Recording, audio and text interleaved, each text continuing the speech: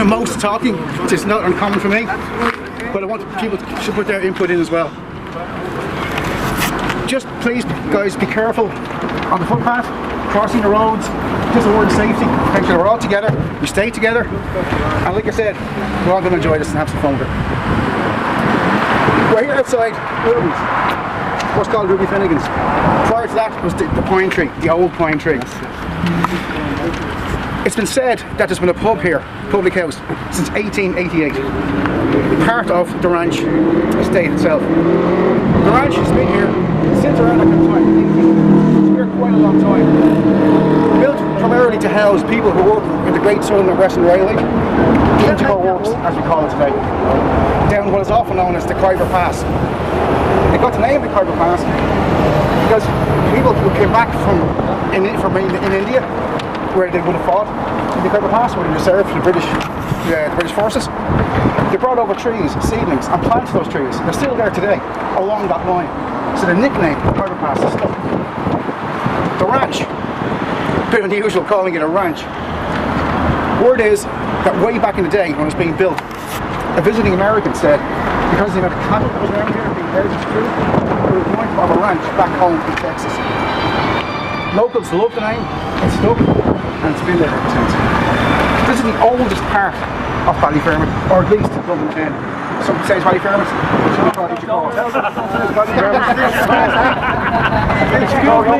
This is not Ballyfermot. This is Inchicore. Are you on the Dublin 10, Seamus? I know. We're very lucky here, guys and girls, to have so many ranchers with us. Tell me, say a word. I'm a townie, I'm from the city centre, but I married a girl from the ranch and we came to live up here. And we lived in Liffey Street, the furthest street up. And then eventually we left there for a while, and then we come back to the 1st Avenue. And we lived on 1st Avenue there. And then I left there and I live up in Dundalkin now. But while I was here, we got a good tenants association or residents association, whatever you want to call it. And we also formed the football club, CIE Ranch. Now it was called Ranch United, and we still call it Ranch United. But we play up on the railway works, and the rules of the CIE is if they give it out to a football team, you have to be called CIE, whatever the name. Before that it was CIE Transport, you know, Transport was the big club. But it's a great history, we had great times around here, and people were very, very nice. It always reminded me of kind of Coronation Street in a way.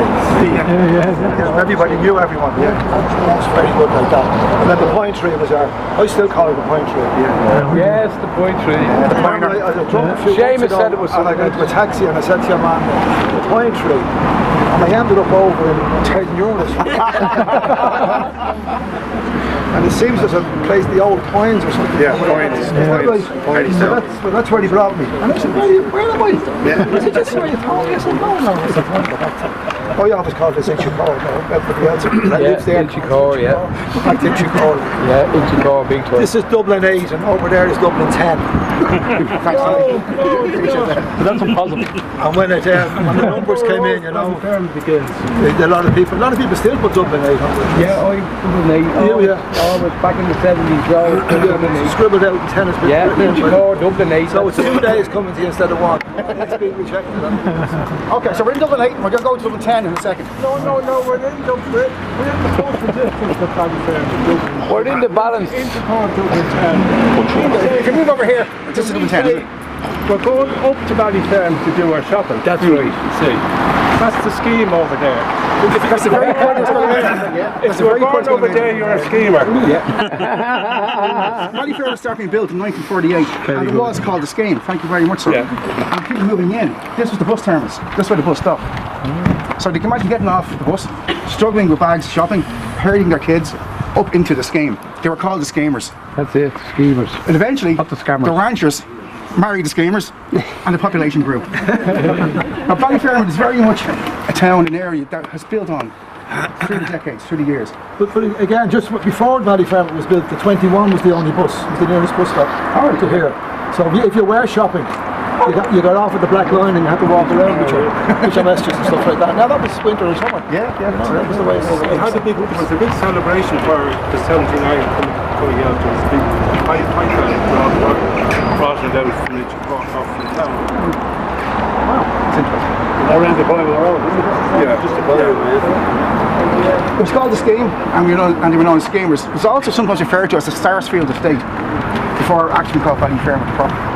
The name Ballyfermot we'll get in a few minutes, but Lower Ballyfermot was built first, then Upper Ballyfermot. Later on you had Cobber Hill at it, and in the 80s Cherry Orchard was at it. So like I said, very much built up time and time again.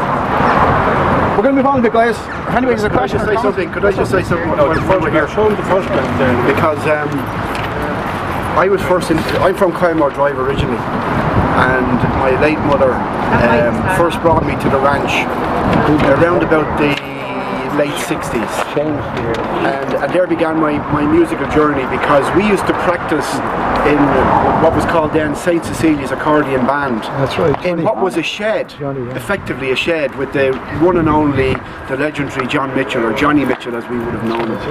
And I've been since playing music ever since. So, you know, I've wonderful memories of coming down to the ranch, and that will be with me for all my days. Thank you so much. It's great to hear. Anybody else? And just East Timor Park next door here. In 2005 we had Dr. Jose who was imprisoned by the Indonesians, and he led the freedom fight for for East Timor, and he came over here, and we named the park after East Timor in recognition of that, of the civil rights movement. That's good. Thanks very much. To gain freedom for the people of Indonesia. Sorry, that was 1997. That was before the Indonesians were kicked out in 1999, and he was saying it was one of the first places in the world to recognise the plight. You know, John Pillager done a great thing on BBC many years ago, and Tom Hyland from Ballyfermot went over and gave his life for that cause. It was hard to believe somebody could do so much of the transformation. And to be fair to the people on the City Council and the people of Ballyfermot and Inchicore, it was great that they named the park after that. And we had him here that time, as I say. He won the Nobel Peace Prize as well. They were on the City. All right, thanks, Vince. Yeah. And just one other man, Dermot Martin, just lived across the road. Yes. Just across the road, the Archbishop of Dublin, you know, and he used to serve mass down here in the Seven Oaks. So we interviewed him, and he was telling us a lot about. That's all on the internet, you know. So he was, just to let you know, he was.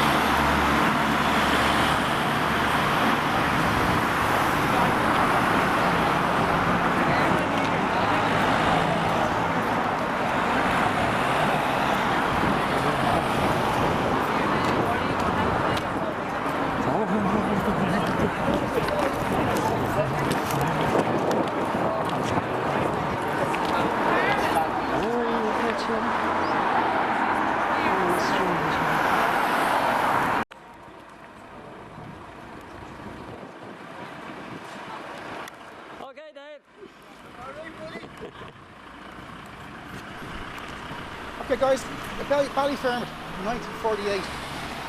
The lands were first acquired around the 1930s to address the housing problem in Dublin. The tenements, the slum housing, collapsing, falling down. There are some reports saying that the conditions in the trenches in the First World War in France were better than the conditions people were living in Dublin. So something had to be done. But Ireland was only a free state a couple of years at that stage. So looking for funds, looking for how to do things, wasn't easy. 1948, we'd just come out of the Second World War. Europe in ruins, still licking its wounds since then. In England, in London, King George VI had just opened the 14th Olympic Games after a gap of 12 years. At those games, Ireland had 83 participants, 83 athletes, if you will, went over. Areas of bowling, swimming, athletics. Letitia Hamilton won a bronze medal for art. Now, art was an Olympic sport back in those times. All this is the backdrop of massive unemployment. You can imagine the end of the Second World War. Massive demobilisation of troops. Nowhere to go, nothing to do. So areas like Ballyfermot, Crumlin, Walkinstown, Finglas, Cabra became really, really important to people. They became important for housing, they became important for socialising, they became important for education. As we're going to see in a little while, the massive school complexes that we have built in Ballyfermot. The name Ballyfermot, we often refer to it as Ballyfermot, Dermot's town, going back to Dermot MacMurrough. Dermot MacMurrough, back in around 1160 or so, was king of Leinster. As king of Leinster, he lost lands. He lost lands, they say, to Rory O'Connor, the High King of Ireland. Some say it was a gambling debt. We'll never really know. To get his lands back, he enlisted the help through King Henry II of Strongbow and the Anglo-Normans, or the Welsh Normans, if you like. They came over. When they did that, they disposed the Vikings from Dublin, which possibly gives us another name for Ballyfermot. Thor, their god of war. Towerstown, Ballyfermot. It's a possibility. We'll never really know. But we do know the name has been on the books since around the year 1212. Ballyfermot has seen a lot of action in its time. There's movement through Ballyfermot and through these areas since the end of the last ice age, which is about 14,000 years ago. One of the eskers, which runs to the west all the way through to Galway, goes under the California hills, which we're all familiar with, I'm sure, and which you're going to see in a little while. If anybody's had to throw anything in, please feel free. If not, we're going to move on to Markievicz Park. Yep.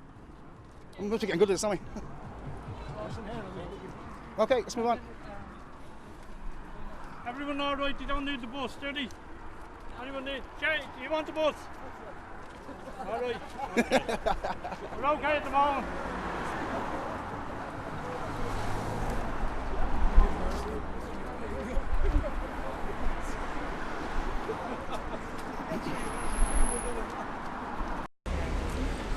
Alright guys, just across the road, Markievicz Park.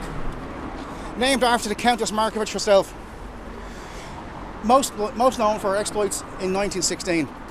She was a major in the Irish Citizens Army under James Connolly, and she served at Stephen's Green and the Royal College of Surgeons under Michael Mallon. She's quite a character, Markievicz, and we're quite lucky to have our park over here. But we are lucky in Ballyfermot with our amenities and with our green areas. Remember I spoke earlier on, we had Lower Ballyfermot and Upper Ballyfermot? Well, pretty much down here, Lower Ballyfermot, we have Markievicz Park. Pretty much mirrored by the Lawns, or Lafonia Park, in Upper Ballyfermot. We kind of have one either side, if you like. The park itself, it's now home to playgrounds, fields for children to play in, football fields, that kind of thing.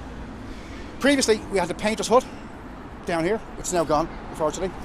We would have had a stew house, or the soup house down there. Many people remember that. I've heard people tell me that going in, there were long queues, there was a lot of bustling, hustling going on. You know, it was a very busy kind of place. The idea was you brought in your own pot, your own container, whatever you had. They would fill it with whatever food was available in the day, and it was taken home. An indication of what was going on in Ballyfermot at the time. On the one hand, we have a lot of building going on. We have the houses being built. Like I said, it started in 48. By 53, there were no buses back then, so it was easier. By the mid-50s, they were building schools, we were building monasteries, we were building churches. That would lead you to think maybe there's money in the area, but not necessarily. Many of the fathers had to travel to England to get work and send cash back over here. In an attempt to help people who were, let's say, struggling with money, the Ballyfermot Co-op was set up. It was a branch of the Inchicore Co-op, which is working down near the Inchicore Works and working very successfully. They tried to set up a number 41 on Deasy's Road, not too far from us over here. They set up, they employed a shop manager, they employed sales assistants, save money on their shopping. There were local shops, but they're charging extraordinary extraordinary rates for anything they sold. If not them, shoppers would have to go into Dublin, go into town to purchase their groceries. A long trip. So the co-op was set up. To join the co-op, it's a cost of 1 shilling per week. That's quite a lot of money back in those days. Unfortunately, the co-op didn't work too well. The stew house that I spoke of was also used part-time as a church. And from the pulpit, the priests would preach, do not support this co-op. They told people not to go there. That's a possibility. That's what they told them, yeah? Communist. So unfortunately the co-op didn't work very well. Later on, we would have our first ever supermarket in Ballyfermot, and we're going to pass it by in a little while. It was the Elephant Supermarket up on Blackditch Road. And I think we have a former employee somewhere. Sorry? To me? Yeah, for you. Sorry, I wasn't listening. What did you No, we'll get you later, Ken. Don't worry, we'll get you later. Before you move away from the building that was, as you said, the co-op, the stew house. Yeah.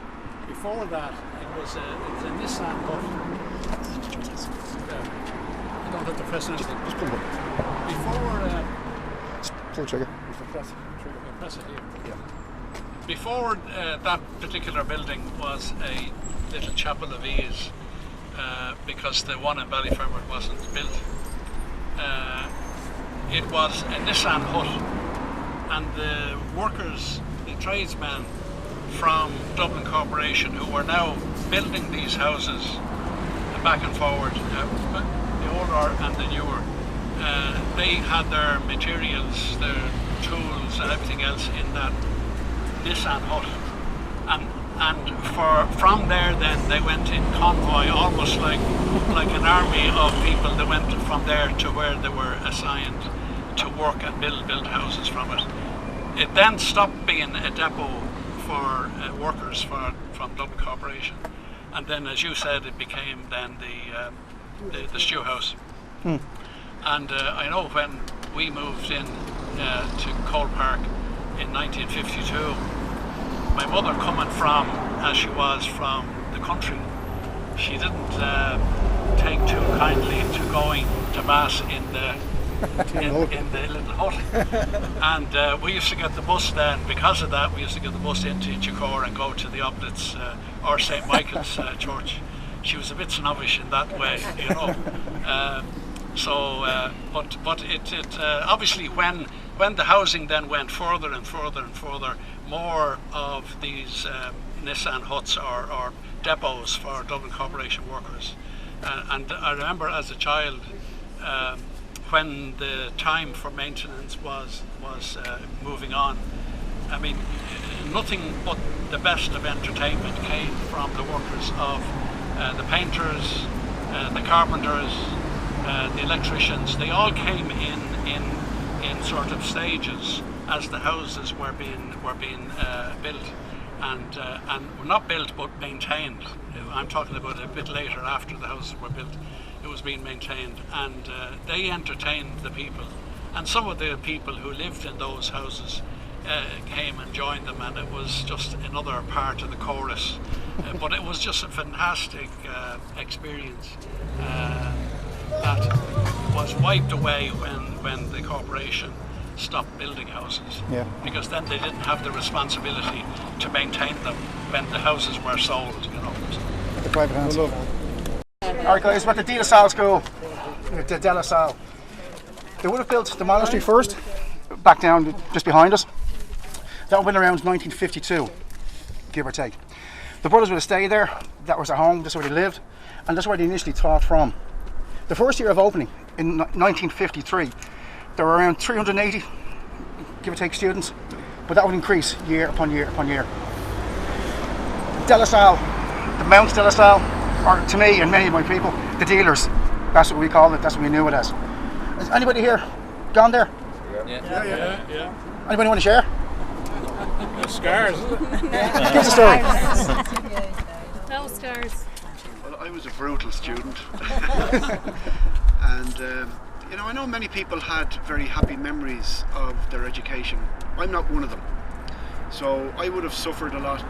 And I'm being honest with you, in the day that's in it, I would have been bullied, and including from students and also from some teachers, not all of them. And I've other happy memories as well. So I suppose a mixed lot of memories in my case. Yes, sir. I started school here in this school, and that first building was the first and second class, like the high infants, low infants, that sort of thing. And then we moved down from that block to the third block, and that was where it was third and fourth class. And then we moved up to this middle block, which was the fifth and sixth class. That was the sort of the senior bit, and there was a statue just in front here. It's obviously been taken away. Only a few weeks ago. Yeah. Is that right? Yeah. It's Dundalk now. Went to Dundalk. Saint Benildus. The founder of the De La Salle.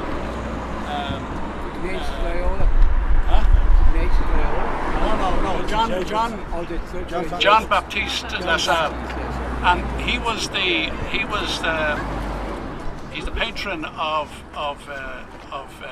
schools that up to the time that he got involved in education in France mainly, there was no such thing as more people going to school in a classroom.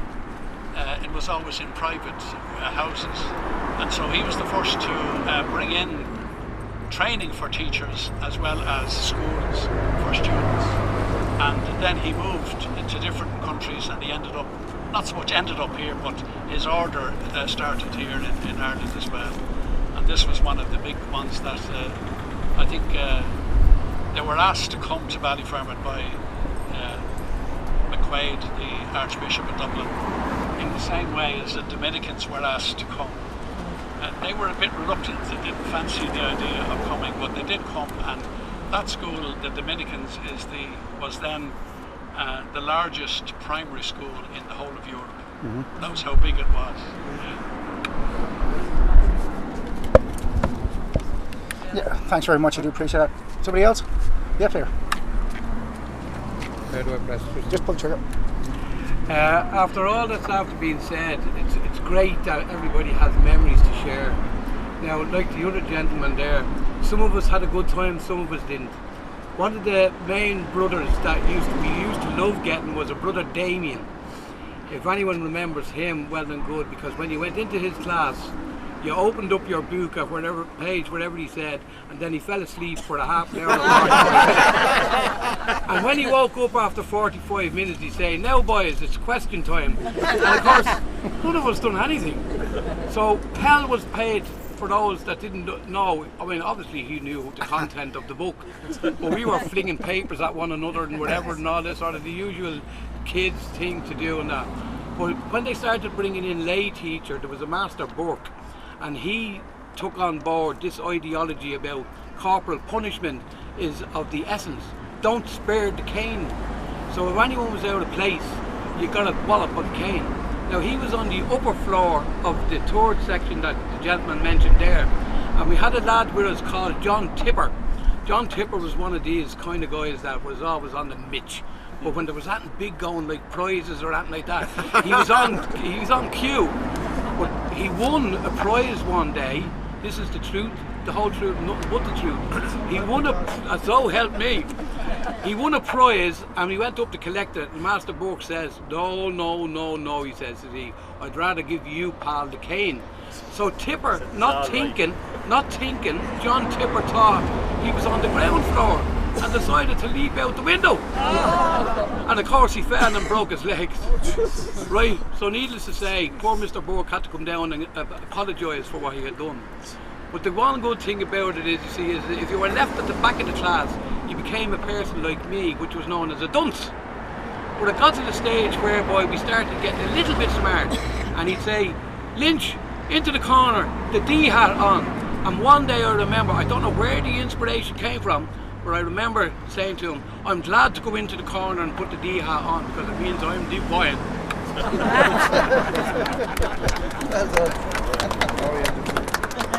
Thanks, Peter, well said. The bachelors put their teeth in there. They were there as kids, they appeared in there. And there was many stars then after that. Ronnie Kennedy, who led the band, and Daniel O'Donnell band. We had Roach that died there, only a couple away from the Arrows. You know what I mean? When you think of them all, like, and they all learned their trade in there. And off Johnny Mitchell has who was a blind man down the ranch.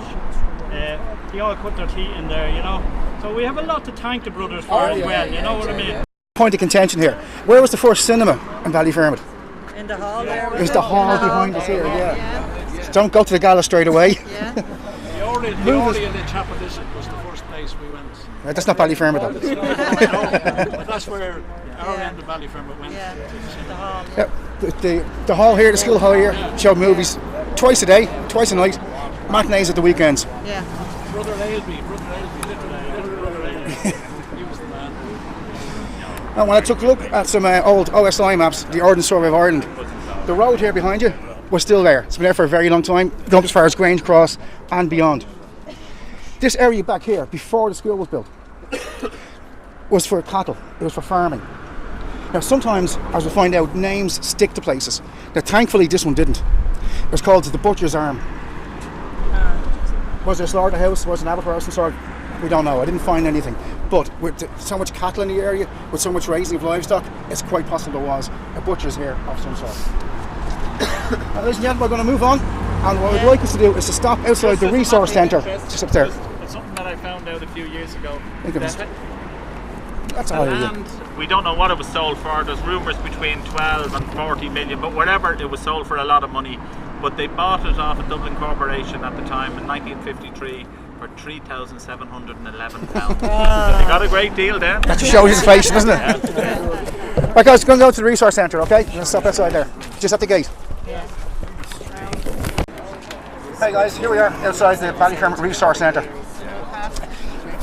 As you were told earlier on, the Dominican Convent, Dominican school here, was at one point the largest in Europe. It's still quite a big school, it's still in use, but as you can see it's used for different reasons now. There are different people using this centre as a resource. But one of the reasons I wanted to stop here was over there, the post box. That is a protected structure. Yeah, under the Irish Monuments Act, it's protected. We can't touch it, we can't take it down, we can't do anything with it, other than use it as a post box. But what makes it so special is the fact that it's so plain. If you take a look at the cap, there's no decoration whatsoever. Take a look at any other post box, you'll see frills, decorations, different motifs. If you take a look at the front, as a passing by, or feel free to wander over now, you'll see that most post boxes in Ireland will have a VR, an ER, a GR, going back to when we were under British control. After that, you might get a PT, post telegraphs, on the box. This one has nothing whatsoever. It was made in Scotland, in a foundry in Scotland, Carroll Foundry in Scotland, and installed here around 1960. That's very important to us as well, because it shows us that by 1960, though Ballyfermot is only 12 years old at this point, communication is getting bigger. We're needing to use our postal service. We're starting to post letters, post postcards, maybe coupons out for competition, something of that nature. So people are communicating on a national and international level. So to have that post box sitting right over there, how many thousands of people pass by every day, driving, on foot, on the bus, and no one knows it's a protected structure. Just thought I'd throw it in there as a point of interest. Right guys, will you stay with me? We're going to go as far as the Church of the Assumption now. Okay guys, we've stopped here at possibly one of the most iconic buildings in Ballyfermot, the Church of the Assumption, right across the road over there. Many people use it as a landmark, like, do you know the church by the roundabout? That kind of thing. The church was built and was opened the doors in 1953. As I said earlier, the early 1950s were a very important time in Ballyfermot. A lot of things being built. Our iconic schools, the De La Salle, the Dominican, and our iconic church, the Church of the Assumption. The church was built by Hugh and Sons at a cost of £68,000, with £10,000 alone being spent on seating inside the church made of mahogany. Local parishioners were encouraged to make a donation. You could buy a brick for £1. But think about it, mass unemployment, money very tight, very hard to get by.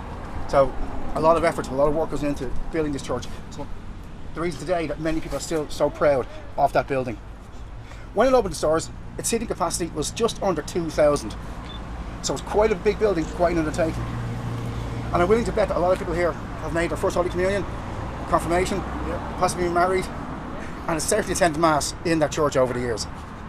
So there's a lot of memories, a lot of great times for a lot of great people. Does anybody have a memory they'd like to... Because I was reared in Ballyfermot, and just a couple of years ago I found out I wasn't who I was supposed to be. My name is Peter Lynch now, but it really was Peter Clark. So what's the significance with the church?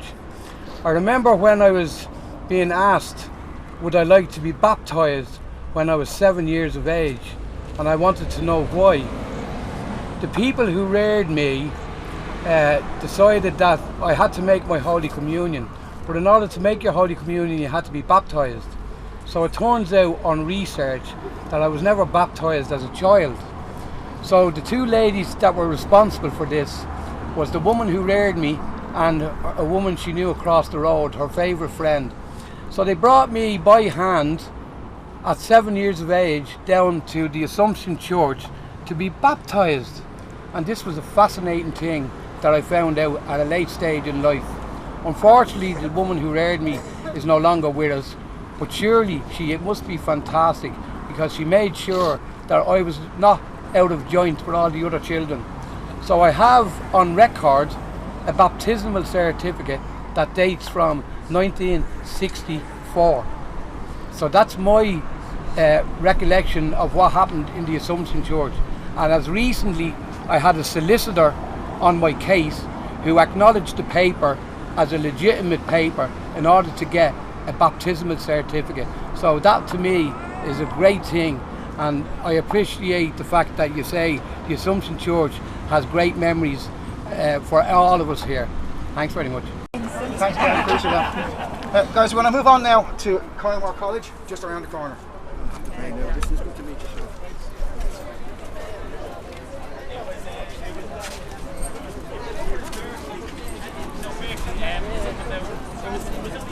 You're very well. Thanks, Sam. Very interesting. Just keeping the interest because it's very hard. Like, you know, it is. Well, you know, it's the thing with this kind of stuff is if you make it over technical or boring, you lose people. You want to keep it conversational and you want to keep it interesting. Yeah, you don't draw it out too long. Yeah. You know, give it 5 minutes in each place or something. That kind of thing, yeah. But what I want to do is I want to plant a few seeds of people, and if you get interested in something, the idea is to allow them to follow that themselves. Do you know what I mean? Or they come ask me a question if I know. I want to see, do you know what they were called, the two blocks? I'm sure you do. Which two blocks? This used to be part of the tech. Oh yeah. Something else. That's right. And the Emmett block, yeah. Very good.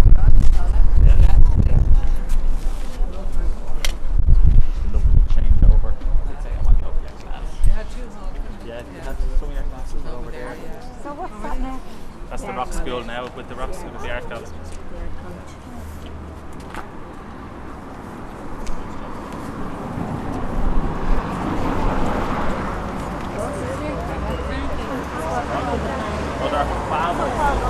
The quality of AAA heat retention and they're just such a wonderful standard.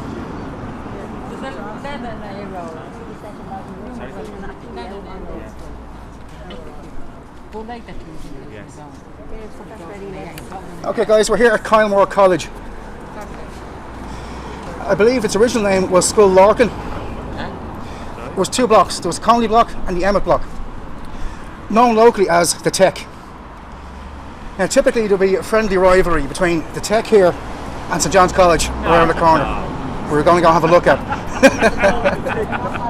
But since we're here at the Tech and we're lucky to have Mr Jackson with us, I'm going to ask him to give us a couple of words. Well, I went to school here and Jerry is on the board of management with me, and I'm the chairperson for the last 22 years and I'm on the board of management for the last 28 years. And just to say that it is a great success story, Kylemore College, not only what we do, but what we have done over the years. We've about 1,100 musical students from all over Dublin here. Some of the best music teachers in the country have been educated here.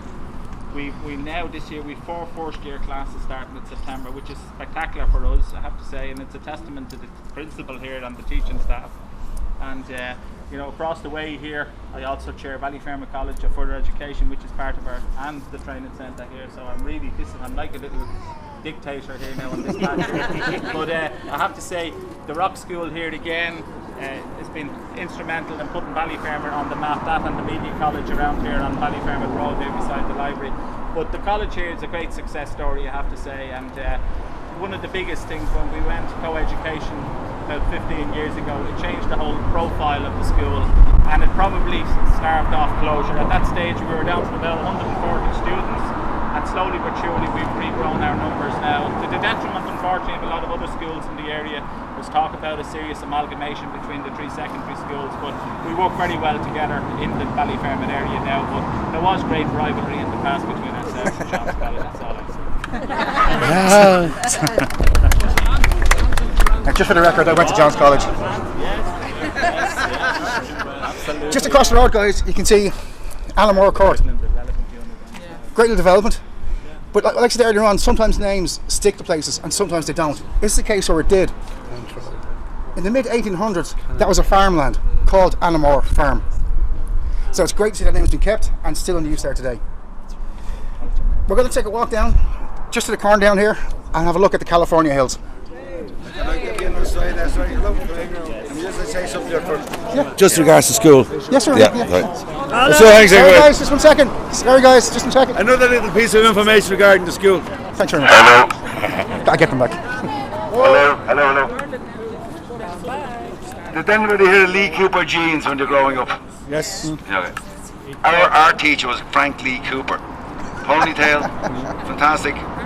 Our teacher, come in with all his Beatle albums, play them, teach us art, and he'd pull up in this little MG, GT, BT, whatever it's called, and every teacher was jealous of him because he was Lee Cooper jeans as well. Wow.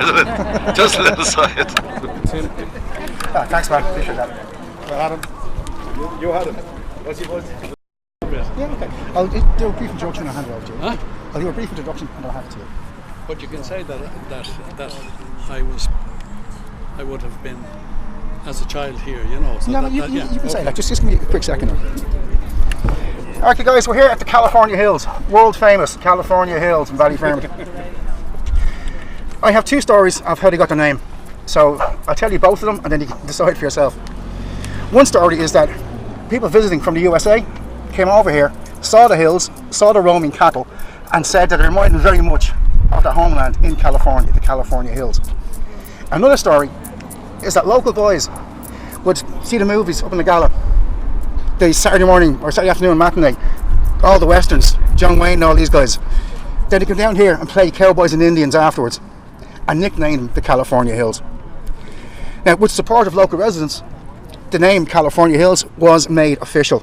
So that's what it is today. It's not just a name they throw out there, it's actually on their postcode. But we have someone here that's going to talk a little bit more about this sort of stuff who actually played here during those times. I'm sorry for talking too much, but my street is just there in parallel to the one that we've just come up on, Cole Park Drive, and so it was this place was the nearest field, so to speak.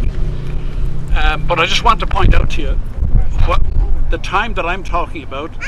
Those houses that are back there were never thought of by Dublin Corporation, and in front where those houses are now was the remnant of a quarry, and the quarry, as you'll probably appreciate, would have been influencing a stream that ran down this hill here and went out to Chapelizet further on. Of course, what you see now is a well-developed park by the corporation. But the Californian Hills, as we used to call it, we decided that pitch and putt was one of the good sports that we could start playing. And if you can just picture, in the middle of all of that field there, you can picture at a very low level you have the stream, and up on the banks of the stream and up to the hills, almost to this particular pathway that you can see here, there were areas that could be converted into little greens for playing pitch and putt onto. So what we did was we cut the grass and we made as many of these grass areas suitable, and so we played. a guy, an older man, and of course, as you know, anyone like our age is old, but an older man spotted us, and he was like where that car is now, where that factory, or at least the college or the training centre, ANCO, started. But from there all the way to the very end of the field was open space, and that was probably where you were saying about the cattle being reared there. And this fellow he seemed to be one-armed, a golfer, or he had one arm damaged anyway, and but he used to play with his right hand. And he asked us, would we like to learn how to play golf? And of course we all said we did, because pitch and putt is one thing, golf is another thing. And he taught us how to go from this side. The road wasn't here at that time, and you hit a long shot, as far as you could go, and then go to the next, and then go, and then eventually get onto the green. When ANCO was established, or about to be established, all of that was closed down to him as an individual, and he went up to Palmerstown, where the graveyard is now in Palmerstown, and that wasn't the graveyard then, it was an open field. So he continued his tutorials in golf there. So you have the Ranch out there, you have the California Hills, and you have the Khyber Pass. So there must be some cowboys in India. Alright guys, we're going to stop again at St John's College. The original house here, built in 1745, same year as the Mansion House built in Dublin. The oldest structure in Ballyfermot. Typically got the style, you see two-storey over basement. It was a monastery held by the De La Salle brothers. They would have first started teaching actually in that building before the school was built over behind you. The original part of the school was built in the early 50s, around 54, 55, that kind of time, with the extension being completed in the 1980s. I don't know, does anybody here have attended the school apart from me?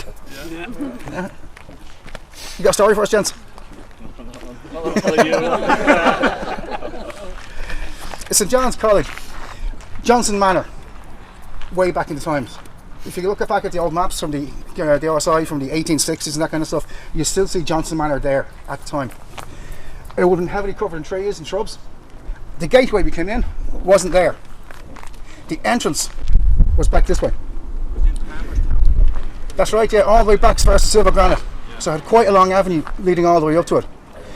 There are stories of a headless horseman, never seen him personally myself now, but the story of a headless horseman coming from Palmerstown, from the Silver Granite, all the way up to the front of the house and then disappearing.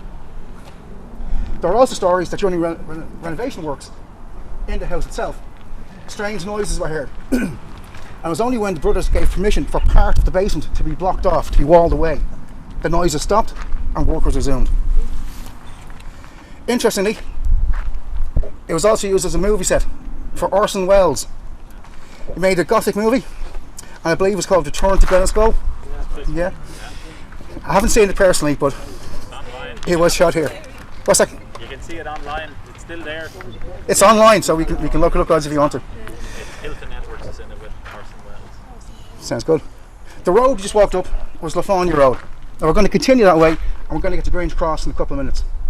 And we will talk about more about Lafaunia, Joseph Sheridan Lafaunia, the Gothic and horror writer, who's said to be a mentor for Bram Stoker, the author of Dracula.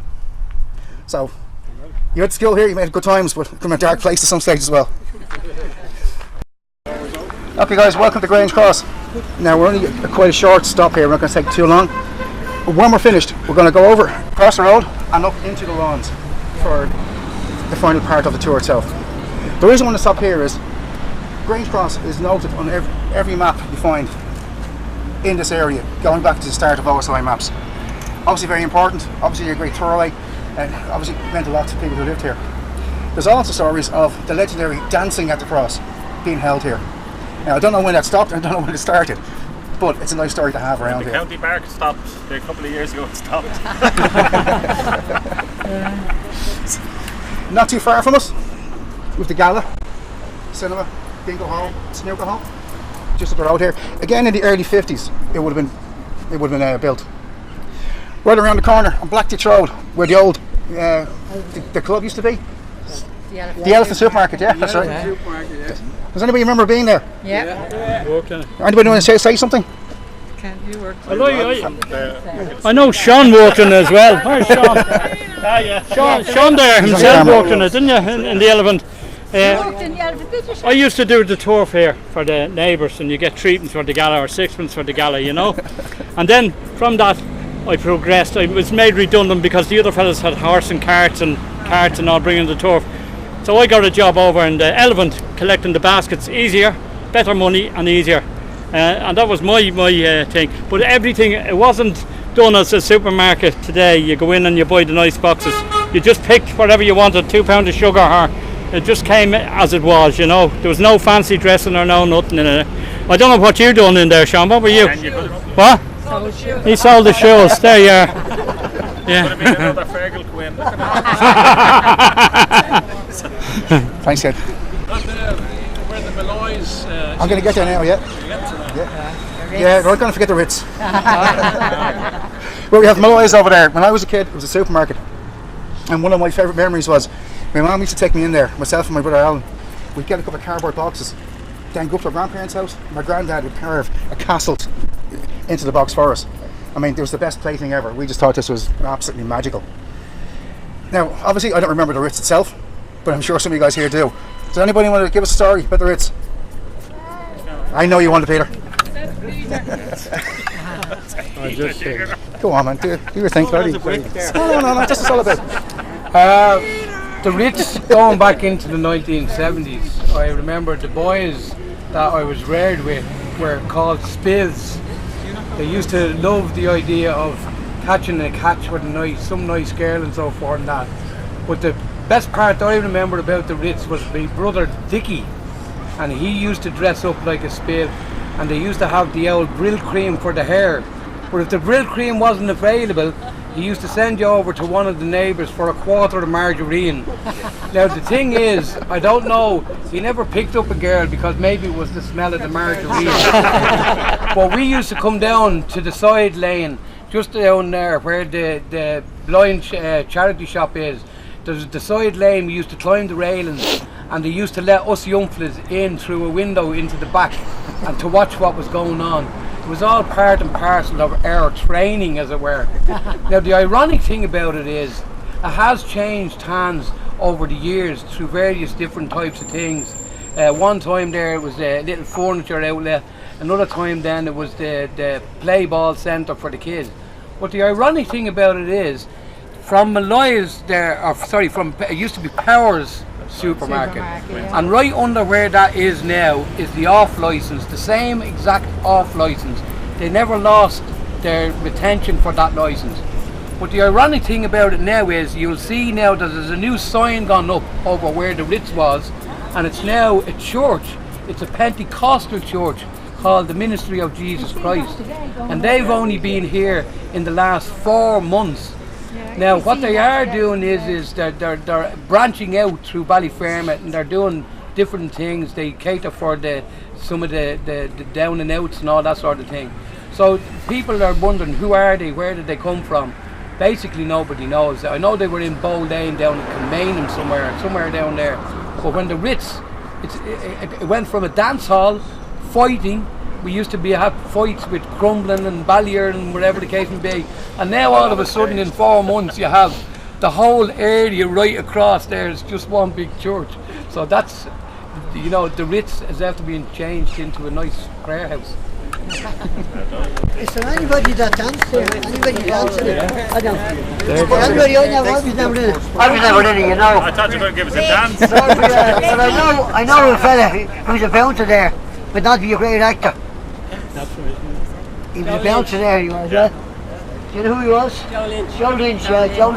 He was a bouncer there, yeah. Yeah, I never danced myself, you know, man. That's the minority.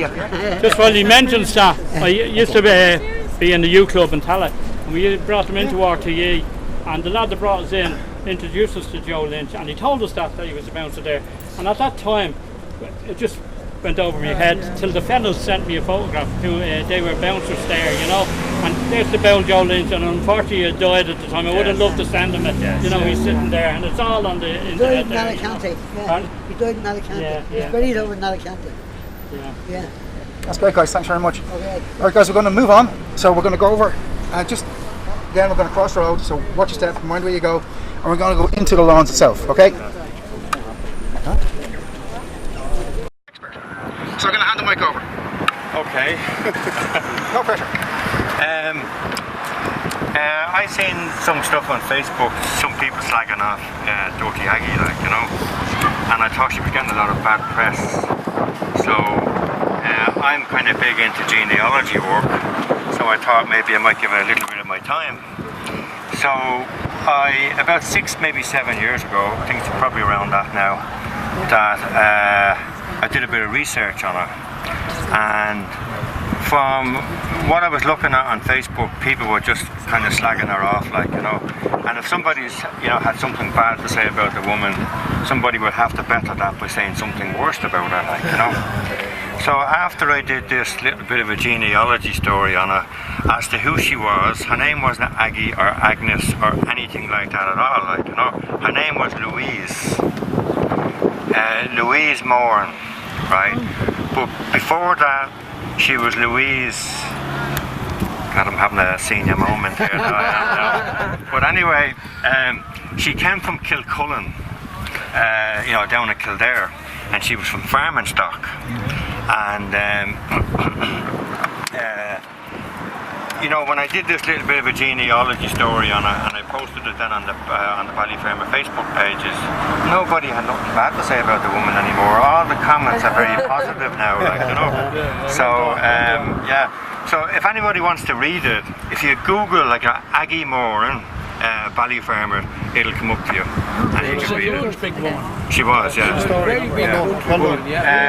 But it goes into who she was, who her real name was, who her maiden name was, who her mother was, her grandfather was, where she came from, where she died, when she died, how she died. She had a son that took his own life too in the shop as well, like, you know. And I'll go into a little bit on that as well, on the story as well.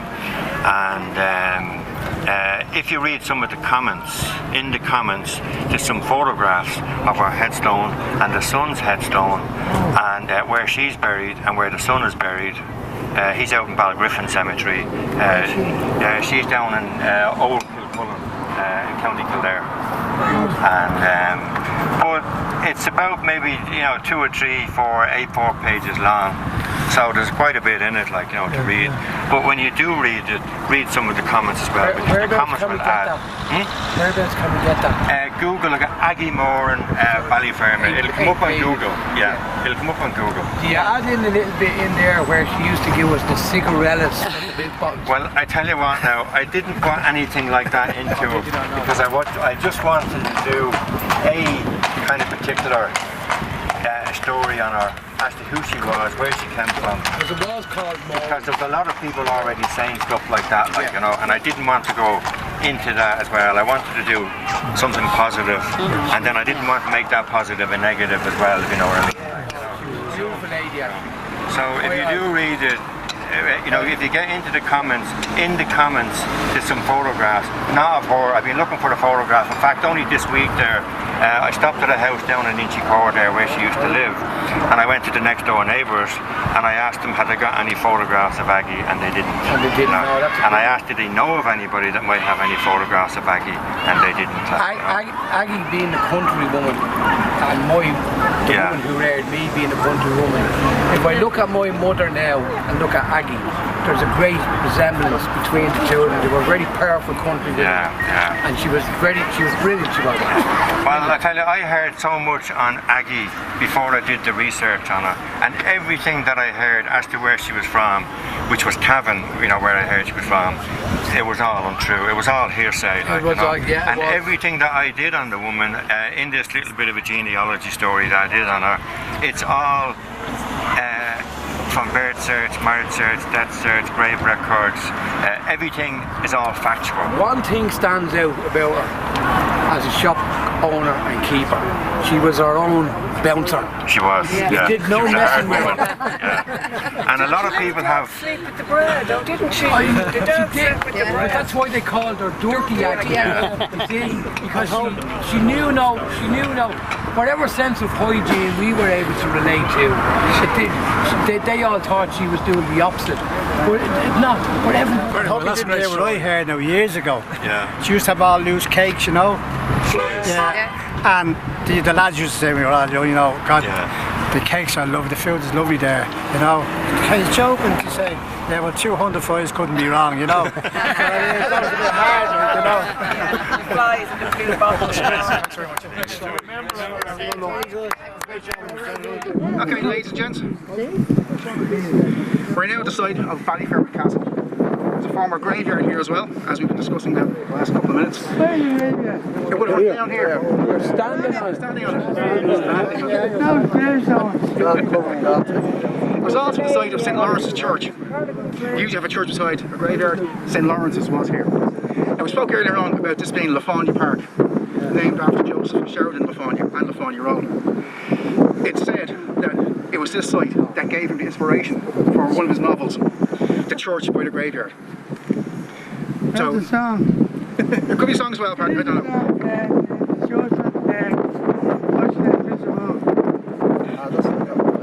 That one. That's a different one, Paddy. No, it's not a different one. The castle itself was built here on the site of an old Anglo-Norman moat bailey. Now it's important to realise this because if you look around today, around now, you can see we've got a pretty good view. But you can imagine there's no trees, there's no buildings, there are no houses. You build a castle that gives you 2 or 3 stories. You get quite a commanding view of the entire area. Some people believe that this castle was built as a defence, or at least early warning, for the O'Tooles and the O'Byrnes, 2 notorious clans which roamed the countryside in Ireland in around 1200 or so. There's a story in 1209 on Easter Monday. It's called Bloody Monday, where a group of people decided to leave the safe walls of medieval Dublin and go to the countryside for a picnic, play sports, maybe hurling, something like that. They were set upon by the O'Byrnes and the O'Tooles and massacred. That was back in 1209. So you can imagine the importance of having a castle for defence here is probably quite important to a lot of people. I've spoke to a few people and to talk about something I've never done, obviously. No, your mummy's up to... I've never been to school. But some people told me they have and come here and played amongst the gravestones. Now, I know you have a story, don't you? I admit. Come on, tell us something. No, go on, give your story. Come on. Peter, come on. What's up with the story? Yep, Joe. Joe, have you got your own Joe? Just a little story, yeah. Go. Hello, yeah. I got back to 19... Pull the trigger,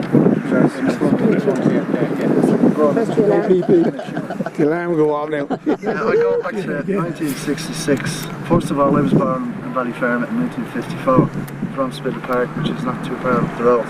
I just live here at the moment. Well, I remember coming here when I was 12 in 1966. It was the 50th anniversary of the Easter Rising, and all the schools had a big thing going on. They had to go out and say the proclamation in Irish. And me being in school, I was dyslexic. I couldn't read or write until I was about 17. But I sneaked over here today. They were having the proclamation on in the school. And we sneaked over here and we were talking about dirty eggs. We bought sweets and dirty eggs and snow cakes. And I think we robbed a bottle of lemonade out the back of the truck. But we came in here, there used to be the laneway was here, there was a big wall here. And the graveyard had a big high wall going around it. And there was a big hole in it where you could just walk right in. And there was all big headstones up this height. But it was really scary, and if you were a kid at 12 years of age, it was ideal to go to a haunted place, you know. But great memories, great fond memories of playing here during the day, even though we only came from Spittle Park. But it was a long walk down to play here all day. But there was great stories, and then around in the 70s, I think, I was down here one day in the 80s, and I seen the JCBs digging her all up. I nearly had a heart attack because I love me Ballyfermot as well, I love me history. And they were building this place here, 7,000 as they call it. But they just squashed all the graves, put all the soil into lorries and off it went. They never kept the gravestone or anything. They said there was nobody of significance buried here. I happen to know there's a little child buried there from Ballyfermot. So that's my little memories of Ballyfermot. Was that 1980, was it? Around the 80s. 1980. So it was a place that anyone that grew up in Bally played in the graveyard. It was part of their heritage on the way to the canal, you know. Well, it was just great memories to have. It's gone now. Very good.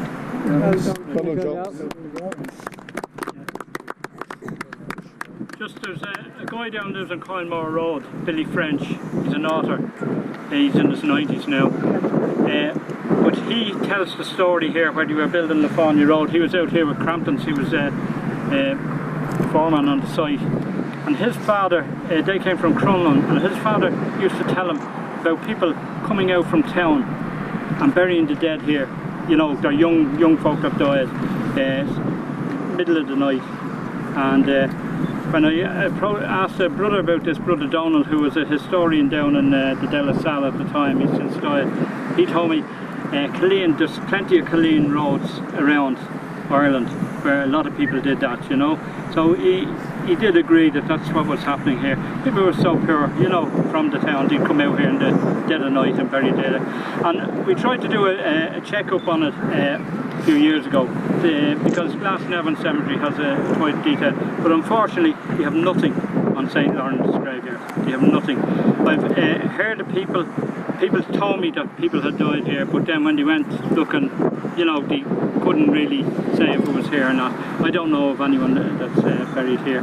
I know we played around here in the 60s when our mothers told us not to around the graveyard. I'm sure you all did. You know. Alright guys, the last thing I want to have a quick chat about.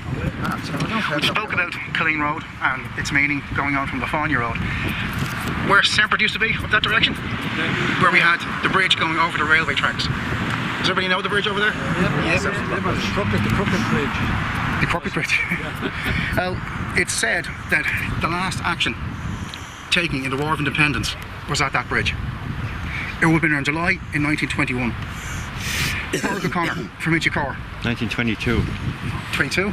Yeah. That's the Civil War. Was that the Civil War? Was it? Yeah. Was that the end? Yeah. 1921. 21. Yeah. The action taken was from the Great Southern and Western Railway. A train carrying British troops was travelling through. Its destination was the Curragh. O'Connor and his men managed to slow the train down. Now, I'm not sure if they actually stopped it, but part of that planning was they greased the tracks so the train wouldn't have any traction. So it had to at least slow down getting to the bridge. They had old sacks soaked with paraffin and petrol. They threw on top of the train and set alight. So set the train ablaze. But one of the most interesting features, if you like military history, it's the first recorded use we have in this country of the use of the Thompson machine gun by Irish volunteers against British troops. So they started raining fire into the train itself. O'Connor is said to have been broken-hearted afterwards because of his great efforts, the great spectacle that was the burning train, that was the killing of British officers, which he didn't kill very many. It never made it into the headlines, never got to the newspapers. Because, as an old soldier will tell you, peace broke out. The truce was signed shortly afterwards. It's said this was a defining moment because the British realised there's no way they can beat the Irish forces in a guerrilla warfare on their own terms. It's just impossible, we can't do it. They were extremely brave men. Collins and his group realised we don't have any bullets left. We've no ammunition, we can't keep on fighting. But the British didn't know that. So Collins played it cool, he played it well. And without the aid of De Valera, who was off raising funds, and he would have been the man to talk to, he would have been the guy to negotiate. Collins, Arthur Griffith and those guys went over to England and they eventually signed the 1921 Anglo-Irish Agreement, which eventually gave us our free state after the Civil War, which happened later on. Dave was just telling me today you got good news, he's going to Manute next year to do this. And I want to congratulate him on that. And his guided tours that he's going to be doing around Dublin. So if you ever hear of him, that's the man that's going to be doing the guided tour. I want to thank him for this. I think there was great knowledge there and it was well researched. Very good. Thanks very much. Fair play. Did you ever think of going to